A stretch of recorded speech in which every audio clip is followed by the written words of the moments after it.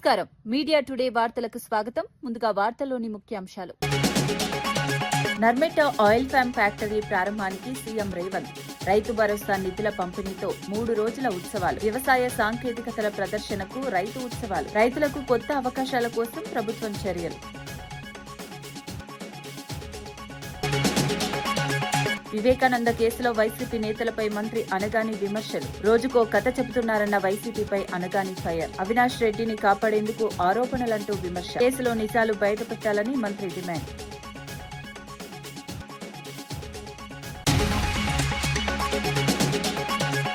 Graphics అభివృద్ధిపై AP Telangana ప్రభుత్వాలపై కవిత విమర్శ, ప్రచారం కోసం గ్రాఫిక్స్ తో ప్రజలను మోసం చేస్తున్నారన్న వాస్తవ అభివృద్ధి లేకుండా ప్రచారమే జరుగుతోందన్న విమర్శ, ప్రగతిపై దృష్టి పెట్టాలని ప్రభుత్వాలకు కవిత సూచన. లిక్కర్ స్కామ్ పై జగన్ మౌనాన్ని ప్రశ్నించిన వర్ల రామయ్య, అరెస్టులు జరిగినా స్పందించలేదన్న జగన్ పై విమర్శ, లిక్కర్ పాలసీలో అవకతవకలపై ఆరోపణలు, పూర్తి స్థాయి దర్యాప్తు చేయాలని డిమాండ్.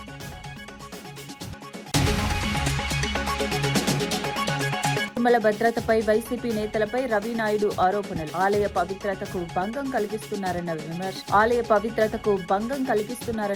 భక్తుల భద్రతపై ఆందోళన వ్యక్తం చేసిన రవినాయుడు. అమరావతిలో ఇడ్లీ ప్లేట్ గ్రాఫిక్స్ పెట్టడం, తెలంగాణలో కూడా అదే తరహా ప్రచారం జరుగుతోందని జాగృతి అధ్యక్షురాలు కవిత విమర్శించారు.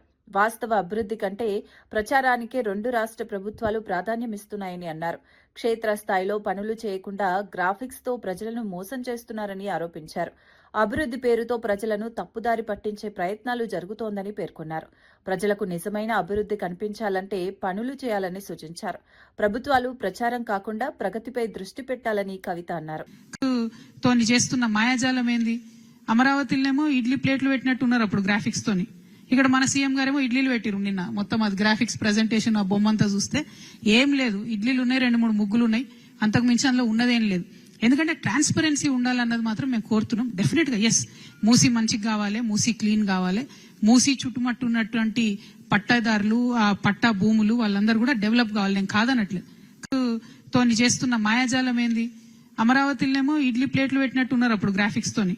ఇక్కడ మన సీఎం గారేమో ఇడ్లీలు పెట్టిరు నిన్న. మొత్తం అది గ్రాఫిక్స్ ప్రెజెంటేషన్, ఆ బొమ్మంతా చూస్తే ఏం లేదు. ఇడ్లీలు ఉన్నాయి, 2-3 ముగ్గులు ఉన్నాయి, అంతకు మించి అందులో ఉన్నదేం లేదు.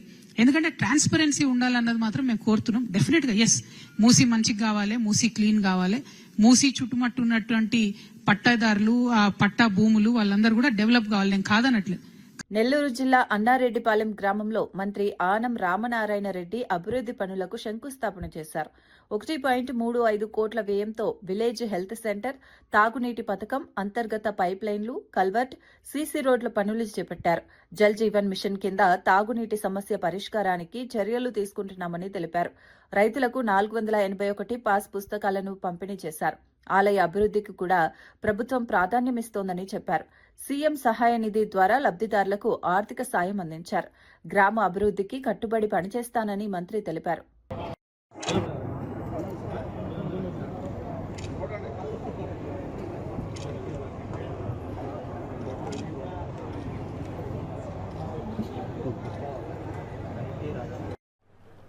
మీ గ్రామంలో ఉన్న వైసీపీ నాయకులు ఆనాడు జగన్మోహన్ రెడ్డి బొమ్మ వేసిన పాస్ పుస్తకాలు ఈ ఊర్లో పంచలేదండి. పంచారా ఈ ఊర్లో?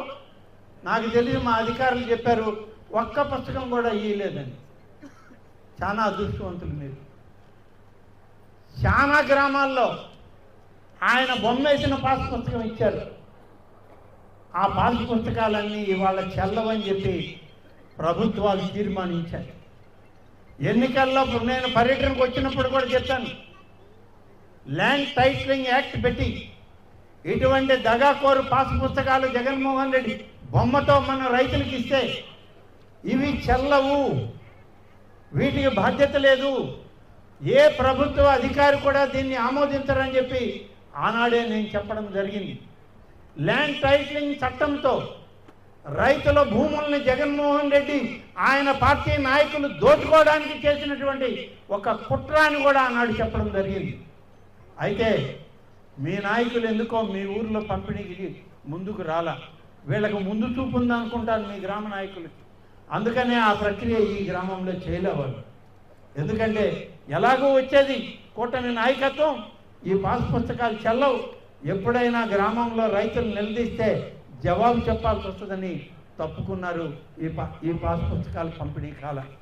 దీంట్లో ఎక్కడైనా చూడండి ప్రభుత్వం ముద్ర లేదు, ఆయన ఫోటో, ఆయన నవరత్నాలు. లోపల తీసుకొని చూద్దాం. రైతాంగం అని చెప్పి నేను మీకు మనవి చేస్తాను. అందుకనే మేము అధికారంలోకి వచ్చిన వెంటనే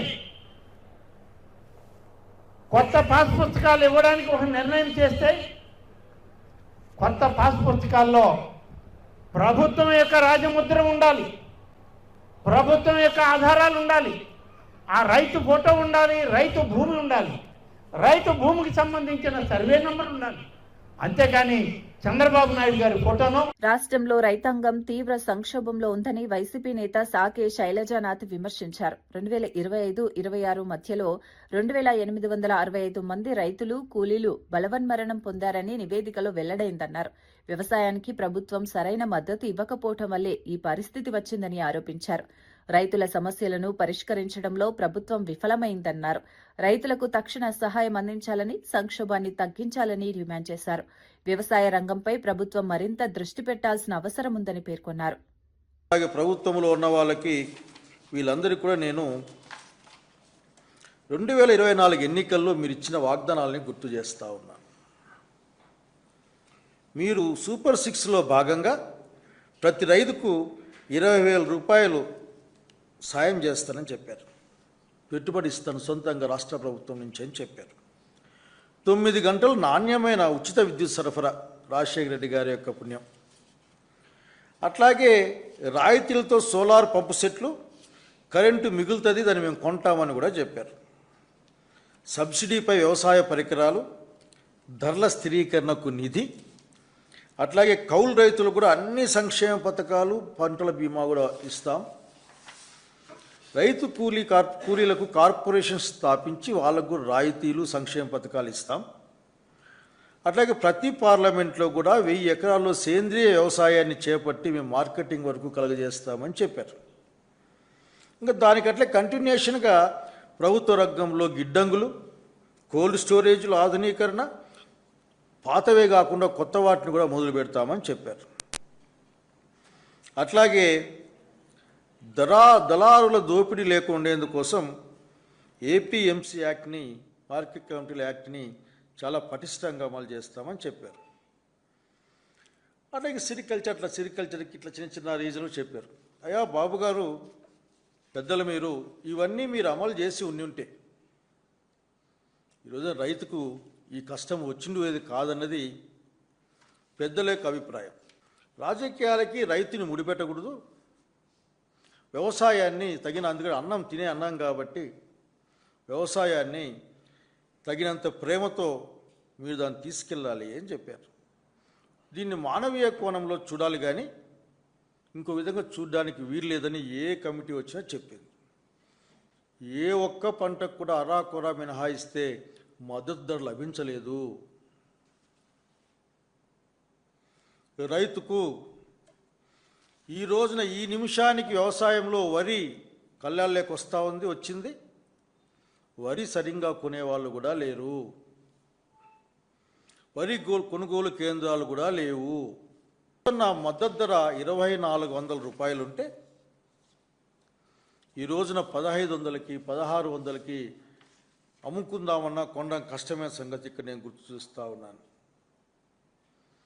అట్లాగే అరటికాయలు ఈ రోజున సీజనల్ క్రాప్ కాదు, కంటిన్యూస్ క్రాప్. ఇప్పుడు అరటి పండ్లు అనేది 5 రూపాయలు 7 రూపాయలకి కిలో అమ్ముకునే పరిస్థితిని చూస్తూ ఉన్నాం.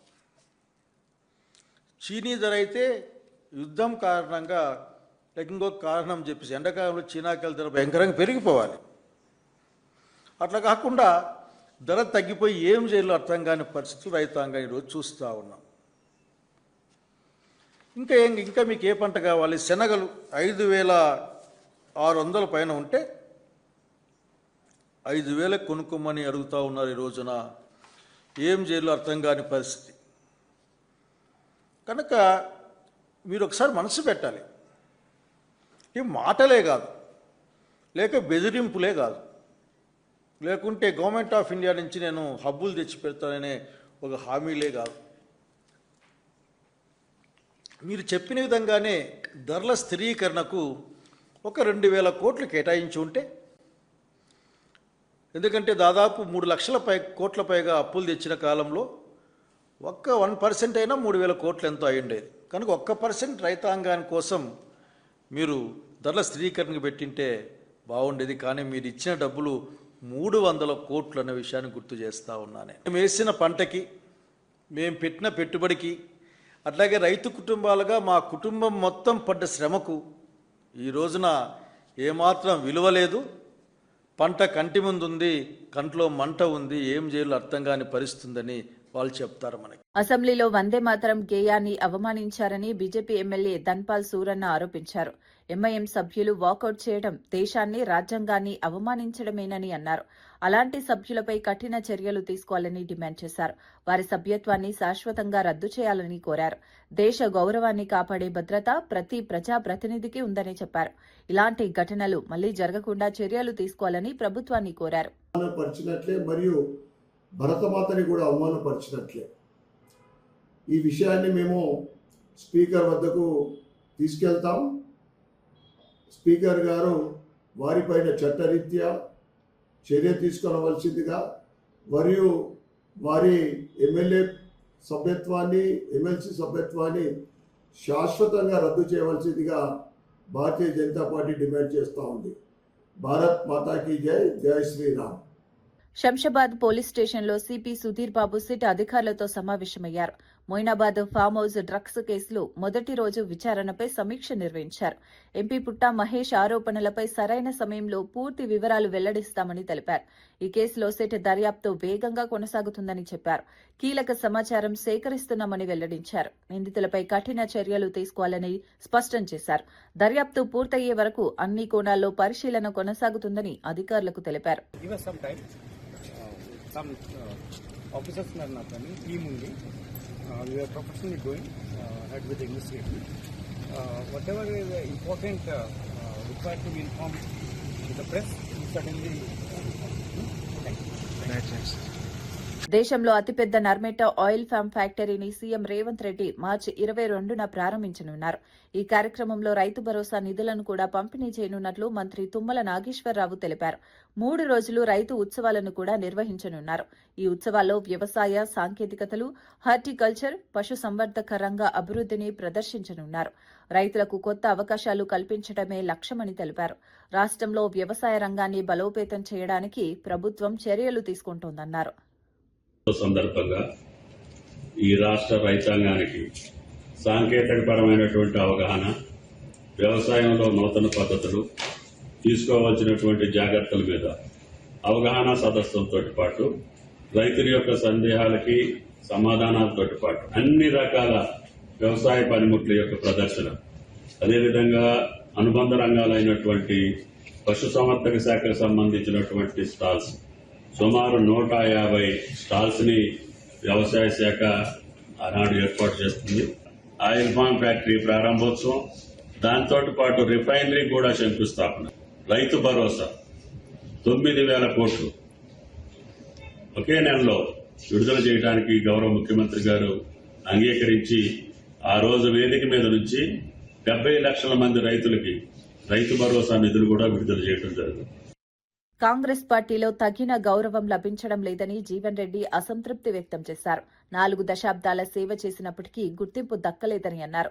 జగిత్యాల ఎమ్మెల్యే సంజయ్ కుమార్ వ్యాఖ్యలు, పార్టీ అంతర్గత వ్యవహారాలు తనను నిరాశకు గురిచేశాయని తెలిపారు. ఈ పరిస్థితుల్లో పార్టీ మార్పు ఆలోచనలో ఉన్నట్లు సంకేతాలిచ్చారు. సీనియర్ నేతలకు గౌరవం, గుర్తింపు ఉండాలని స్పష్టం చేశారు. పార్టీ లోపల సమస్యలు పరిష్కారం కాకపోవడం వల్లే ఈ నిర్ణయం వైపు ఆలోచిస్తున్నానని వెల్లడించారు. పేర్కొనడం చూస్తుంటే నాకు ఆశ్చర్యం కలుగుతుంది అంటున్నా. అసలు ముందు ఆయన ఏ పార్టీ అని తెలుసా అని అడుగుతుంది. 4 దశాబ్దాల అనుబంధం ఉన్నటువంటి ఒక పార్టీ నుండి విడిపోవాలని ఎవరు కూడా కోరుకోరు. కానీ వీళ్ళు ఈ పరిస్థితి ఉత్పన్నం కావడానికి కారకులు ఎవరు అని చెప్పంటున్నాను నేను. ఆయన ఏ పార్టీ ఎక్కడున్నాడో ఆయనకే తెలియదు. ఇవాళ ముఖ్యమంత్రి గారితో కలిసి పనిచేయడం అని చెప్పారంటే కాంగ్రెస్ పార్టీ అంతర్గత వ్యవహారాలలో జోక్యం చేసుకోవటమా? నామినేటెడ్ పోస్టుల్లో జోక్యం చేసుకోవటం, స్థానిక సంస్థల ఎన్నికల్లో జోక్యం చేసుకోవటం ఈ సంజయ్ కుమార్ గారు కాదా అని చెప్పి అంటున్నాను. నువ్వు వచ్చి మాకు చిచ్చు పెట్టకుంటే మాకు ఈ సమస్య ఉత్పన్నం అవుతుండేనానే. స్టిల్ ఐ మీన్ కాంగ్రెస్ వదిలినాడు ఏదైతుందో న్యాచురల్లీ అన్ని మారాల్సి వస్తుంది. కాంగ్రెస్ పార్టీ వదిలిన తర్వాత ఇప్పుడు మీలాంటి సూచన తీసుకుంటా. డెఫినెట్లీ సంజయ్ కుమార్ ప్రధాన పాత్రధారుడు. ఆయన ఆడించే వాళ్ళు ఎన్నికెవరు ఉన్నారో తెలియదు కానీ డెఫినెట్లీ ఆయన పాత్రధారుడు అయితే ముందు కనబడుతుండే. ఆయన ఈ సమస్యకు పరిష్కారం మీరు సూచన చేయగలుగుతారా? వివేకానందరెడ్డి హత్య కేసులో వైసీపీ నేతలు రోజుకో కథ చెప్తున్నారని మంత్రి అనగాని సత్యప్రసాద్ విమర్శించారు. గతంలో సౌమ్యుడనని చెప్పిన వ్యక్తిని ఇప్పుడు దొంగగా చిత్రీకరిస్తున్నారని అన్నారు. అవినాష్ రెడ్డిని కాపాడేందుకు సునీతపై ఆరోపణలు చేయటం దారుణమని మండిపడ్డారు. గూగుల్ టేక్అవుట్ ద్వారా ఆధారాలు బయటపడినా ప్రభుత్వం దాన్ని పక్కన పెడుతోందని ఆరోపించారు. ఈ కేసులో నిజాలు బయటకు రావాలని, బాధ్యులపై చర్యలు తీసుకోవాలని డిమాండ్ చేశారు. అంటే మీ బాధ్యత అంటే మీకు ప్రజల మీద ప్రేమ లేదు, ప్రజలను కూడా ఎటు ఉద్దేశాలు మనం చూస్తా ఉన్నాం. మీరు ఎప్పుడు వచ్చినా కూడా కేవలం మీకు అనువాయులు, మీ ఎవరైతే మీకు ఆస్తులు దోచిపెట్టారో వాళ్ళ ఇళ్లలో ఇబ్బందులు ఉన్నా లేదా పిల్లలున్నా వెళ్తున్నారు తప్ప ఎక్కడ కూడా ఒక్క పేదవాడికి కానీ ఒక కార్యకర్త కానీ ఒక ప్రజల సమక్షంలో ఒక కార్యక్రమానికి కానీ వెళ్ళారా అడుగుతా ఉన్నా. 20 నెలల్లో ఎక్కడ కూడా ప్రజల కోసం వెళ్లకుండా కేవలం బల ప్రదర్శన చూపించి పెళ్లిళ్ళకు కూడా వెళ్ళి బల ప్రదర్శన చూపించుకోవాలి తప్ప ఎక్కడ కూడా మనకి ఏమీ కనపడే పరిస్థితి. నేను అదే మీకు అందరు కూడా తీవ్ర ఒక బాధతో చెప్తా ఉన్నా. ఎందుకంటే మేము కూడా వచ్చి ఇప్పటికి 18 నెలలు అవుతా ఉంది. సబ్జుడీస్ కాబట్టి తప్పకుండా కోర్టు నుంచి ప్రాపర్గా జడ్జ్మెంట్ వస్తుందని మేము ఆశిస్తా ఉన్నాం. అరే ఒక ఆడ కూతురు ఆవిడ బాధ చెప్తా ఉంటే దాన్ని కూడా హేళన తీసుకుని వచ్చి అంటే మీరు ఇంకా ఇప్పుడు కూడా మారా ఈ రాష్ట్రం సుభిక్షంగా ఉండాలా, పెట్టుబడులు వస్తా ఉన్నాయి, బాగుండాలని చెప్పి తప్పంతా పనిచేస్తున్న ప్రభుత్వం ఇది. ప్రభుత్వం మీద బురద వేయటం, ఇంట్లో ఆడ కూతుర్లను కూడా మీరు వదలట్లే అంటే నిజంగా చాలా బాధగా ఉంది. మీరు ముందు కూడా ఈ వీడియోస్ కూడా చూడాల్సిన ఆవశ్యకత ఉంది. ఎందుకంటే వారి యొక్క మాటలు మాది ఈ యొక్క జగన్ నాటకాల యొక్క జర్నీ. స్టార్టింగ్ లో మంచివారు, సౌమ్యులు, ఎవరికి హాని చేయరు అని చెప్పిన బాబాయ్ ఆఖరికి అతన్ని ఒక కుట్రదారుడుగా, దొంగగా చిత్రీకరిస్తా ఉన్నారు. అసలు నిజంగా చెప్తున్నాను, ప్రేమ, అభిమానం, ఆప్యాలు ఎటు ప్రజల మీద లేదు, ఆంధ్ర రాష్ట్ర ప్రజల మీద లేదు, కుటుంబ సభ్యుల మీద, ఇంట్లో ఆడపడుచుల మీద ఉండాలి కదా అని అడుగుతా ఉన్నాను. అతనికి అసలు అలాంటి హోదాలు ఉండే అర్హత ఉందా అని అడుగుతా ఉన్నాను. మీరే అన్నారు అన్ని విషయాల్లో కూడా. ఇదే అవినాష్ రెడ్డి ఎంపీ హోదాలో ఉండి అసలు అక్కడ ఉండి ఇలాంటి గొడవ జరిగి హత్య జరిగితే పోలీస్ స్టేషన్ కి ఫోన్ చేసి చెప్పాలి అని ఇంగిత జ్ఞానం కూడా లేదా అని అడుగుతా ఉన్నాను. ఎన్ని దాసి రక్తం అంతా తుడిసి కుట్లు వేసి మీరే మీ ఆసుపత్రి స్టాఫులతో, గంగిరెడ్డి వాళ్ళ ఆసుపత్రి స్టాఫ్, మీ బంధువులతో, గంగిరెడ్డి గారు అంటే జగన్మోహన్ రెడ్డి గారు మాంగారే కదా, వాళ్ళందరూ అక్కడ ఉన్నారు ఆ సమయంలో. గూగుల్ టేక్అవుట్ లో క్లియర్ కట్ గా మనకి ప్రూవ్ అయినాయి. హైదరాబాద్ కూకట్పల్లిలో ₹1 దోపిడీ ఘటనపై పోలీసులు దర్యాప్తు వేగవంతం చేశారు. బైక్ పై వెళ్తున్న కుస్రు అమీనుద్దీన్ వద్ద నుంచి దుండగులు నగదు దోచుకెళ్లారు. ఏసీపీ నరేష్ రెడ్డి ఆధ్వర్యంలో కేసు నమోదు చేసి విచారణ కొనసాగుతోంది. బాధితులను విచారించే డబ్బు మూలం, గమ్యస్థానంపై సమాచారం సేకరిస్తున్నారు. 3 ప్రత్యేక బృందాలు నిందితులను పట్టుకునేందుకు శోధన కొనసాగిస్తున్నాయి. త్వరలోనే నిందితులను పట్టుకుంటామని పోలీసులు తెలిపారు. ₹1 కోటి తీసుకుని పోతున్న క్రమంలో ఒక గుర్తు తెలియని 4 వ్యక్తులు 2 మోటార్ సైకిల్ మీద వచ్చి వాళ్లకు చిల్లీ పౌడర్ వాళ్ళ మీద చల్లి వాళ్ళ దగ్గర ఉన్న ₹1 కోటి ఎత్తుకొని పారిపోయినారని చెప్పేసి మాకు కంప్లైంట్ ఇవ్వడం జరిగింది. ఇమీడియట్ గా కేసు రిజిస్టర్ చేసి నైట్ 3 టీమ్స్ ఫామ్ చేసి టోటల్ గా వర్కౌట్ చేస్తున్నాం. ఇప్పటి వరకు కేసు అండర్ ఇన్వెస్టిగేషన్ ఉంది. దాంట్లో ఈ మనీ ఎక్కడి నుంచి తీసుకొస్తున్నారు, ఎక్కడికి తీసుకుపోతున్నారు, ఈ మనీ ఎవరికి సంబంధించింది, ఎవరు చేసి ఉంటారు అనేది పూర్తిగా ఇంకా ఇన్వెస్టిగేషన్ లో తేలాల్సి ఉంది. ఏపీ లిక్కర్ స్కామ్ వివాదం మరింత ముదురుతుండగా టీడీపీ నేత వర్ల రామయ్య స్పందించారు. అరెస్టులు జరిగినప్పటికీ జగన్ స్పందించకపోవడాన్ని ప్రశ్నించారు. లిక్కర్ పాలసీలలో భారీ అవకతవకలు జరిగాయని ఆరోపించారు. కల్తీ మద్యం వల్ల మరణాలు సంభవించాయని పేర్కొన్నారు. ఈ స్కామ్లో అసలు లబ్దిదారుడు ఎవరో బయటపెట్టాలని డిమాండ్ చేశారు. పూర్తి స్థాయి దర్యాప్తు జరిపి బాధ్యులపై చర్యలు తీసుకోవాలని కోరారు. 3,500 కోట్ల రూపాయలు కొట్టేసి కూడా ఎదుటి మనుషులను నువ్వు ప్రశ్నిస్తున్నావంటే నీ గుండె మామూలు గుండె. ఈ గుండె అవినీతి పరులకి ఒక మోడల్ సార్. మీ గుండె, మీ ధైర్యం ఈ అసాంఘిక శక్తులకి రోల్ మోడల్ సార్. ఇది సాక్షాత్తు ఈడీ ఎంటర్ అయి 441 కోట్ల రూపాయలు సీజ్ చేశారు సార్. అదొక చిన్న అమౌంట్ అట మొన్న అంటాడు ఆయన. సాక్షాత్తు సుప్రీంకోర్టు జడ్జ్, డివిజన్ బెంచ్ ఏం చెప్పారు? కూలంకషంగా దర్యాప్తు చేయండి, ఇందులో బెయిల్ కూడా ఇవ్వమేమన్నారు. అవినీతిని మేము నమ్ముతున్నాం అన్నట్లుగా చెప్పింది ఆనరబుల్ సుప్రీంకోర్టు. ఈడీ 441 కోట్లు సీజ్ చేసి ఇంకా చేయాల్సి ఉంది, మనీ లాండరింగ్ జరిగిందని చెబుతున్నారు. ఎక్కడ ఉంది ఈ డబ్బంతా? మీకు తెలియకుండా వెళ్ళింది ఎక్కడికైనా? ఈ అవినీతి కేసులో మీరు ఎలా ఇండియా పోస్ట్ 24 గంటల్లో పార్సిల్ డాక్యుమెంట్ డెలివరీ సేవలను ప్రారంభించింది. ఈ సేవలు ప్రైవేటు కొరియర్ సంస్థలకు పోటీగా తీసుకువచ్చినట్లు మంత్రి పెమ్మసాని చంద్రశేఖర్ తెలిపారు. సమయానికి డెలివరీ కాకపోతే రిఫండ్ గ్యారంటీ కూడా అందిస్తామని చెప్పారు. తక్కువ ధరలతో ప్రజలకు మెరుగైన సేవలు అందించడమే లక్ష్యమని పేర్కొన్నారు. ఈ కామర్స్ రంగంలో వేగవంతమైన సేవల కోసం ఈ నిర్ణయం తీసుకున్నట్లు తెలిపారు. ప్రజలకు మరింత సౌకర్యం కల్పించే దిశగా ఇది కీలక అడుగు అని అన్నారు. పోస్ట్ ఆఫీసులన్నింటినీ కూడా రేషనలైజ్ చేయటం కానీ, రూట్స్ రేషనలైజ్ చేయటం కానీ, ప్రైవేట్ కన్సల్టెంట్స్ తీసుకొని పైలట్స్ చేసాం. చాలా చోట్ల పైలట్ చేస్తే 24 అవర్స్ 48 అవర్స్లో స్పీడ్ డెలివరీ చేసే విధంగా చేయాలి అంటే ఒక 70% నుంచి 98% యాక్యురసీ వచ్చిన తర్వాత ఇప్పుడు 6 మేజర్ పట్టణాల్లో ఈ రోజున ఈ సర్వీస్ని 3 సర్వీసెస్ని లాంచ్ చేస్తూ ఉన్నాం. ఒకసారి 24 అవర్ గ్యారంటీ ఇచ్చిన తర్వాత ఆ 24 అవర్స్లో కనుక డెలివరీ చేయకపోతే బుక్ చేసుకున్న కస్టమర్కి డబ్బులు వాపస్ ఇచ్చేటువంటిది మెయిన్ కర్తవ్యం ఇందులో. అంటే ఒక రకమైనటువంటి కాన్ఫిడెన్స్ తోటి మేము చేసినటువంటి ఈ ప్రయత్నం, గత 2 సంవత్సరాలుగా చేసిన ప్రయత్నం మీద ఉన్నటువంటి నమ్మకంతో ఈ రోజున 3 సర్వీసెస్ 24 అవర్స్ కానీ 48 అవర్స్ కానీ తీసుకొస్తా ఉన్నాం. ప్రైవేట్ కొరియర్లతోటి పోటీ పడే విధంగా చేస్తా ఉన్నాం. మీరు ఒక్కసారి తీసుకుంటే గత 5 సంవత్సరాల్లో department of post every year 2% మాత్రమే గ్రో అయ్యేది. అంటే 200 కోట్ల రూపాయల ఆదాయాన్నే సంవత్సరం టు సంవత్సరం పెంచేది. అలాంటిది గత 1 ఇయర్లో దాదాపు 2000 కోట్ల రూపాయల ఆదాయాన్ని పెంచాం. అంటే 10 రెట్లు 200 కోట్ల నుంచి 2000 కోట్ల రూపాయలు.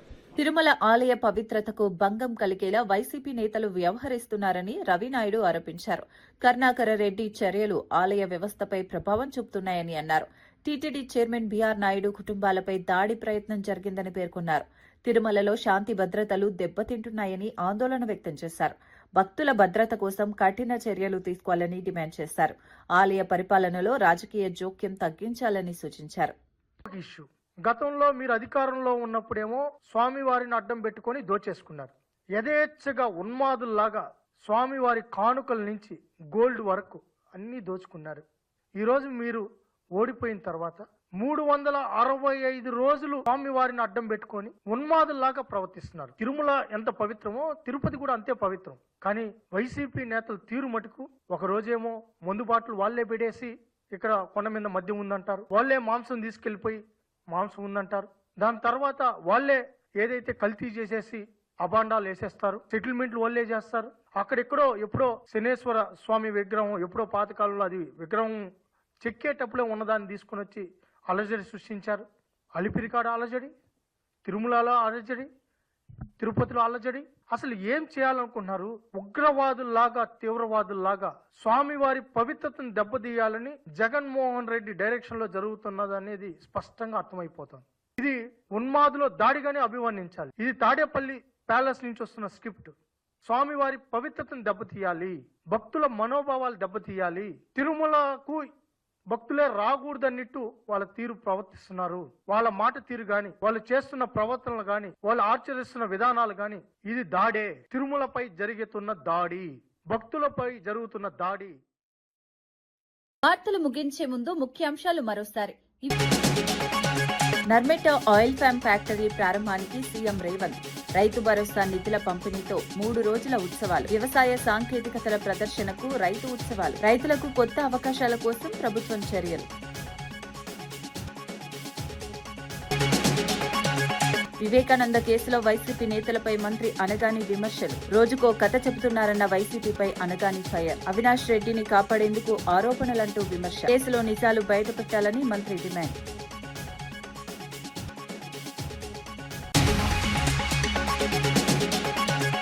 గ్రాఫిక్స్ అభివృద్ధిపై ఏపీ తెలంగాణ ప్రభుత్వాలపై కవిత విమర్శ. ప్రచారం కోసం గ్రాఫిక్స్ తో ప్రజలను మోసం చేస్తున్నారన్న వాస్తవ అభివృద్ధి లేకుండా ప్రచారమే జరుగుతోందన్న విమర్శ.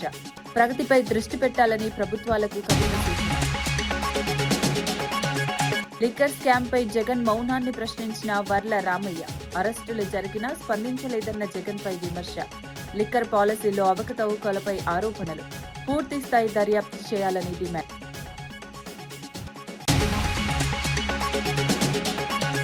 తిరుమల భద్రతపై వైసీపీ నేతలపై రవినాయుడు ఆరోపణలు. ఆలయ పవిత్రతకు భంగం కలిగిస్తున్నారన్న విమర్శ. భక్తుల భద్రతపై ఆందోళన వ్యక్తం చేసిన రవినాయుడు. ఈనాటి వార్తా విశేషాలు. మరో బులెటిన్లో మళ్ళీ కలుద్దాం. నమస్కారం.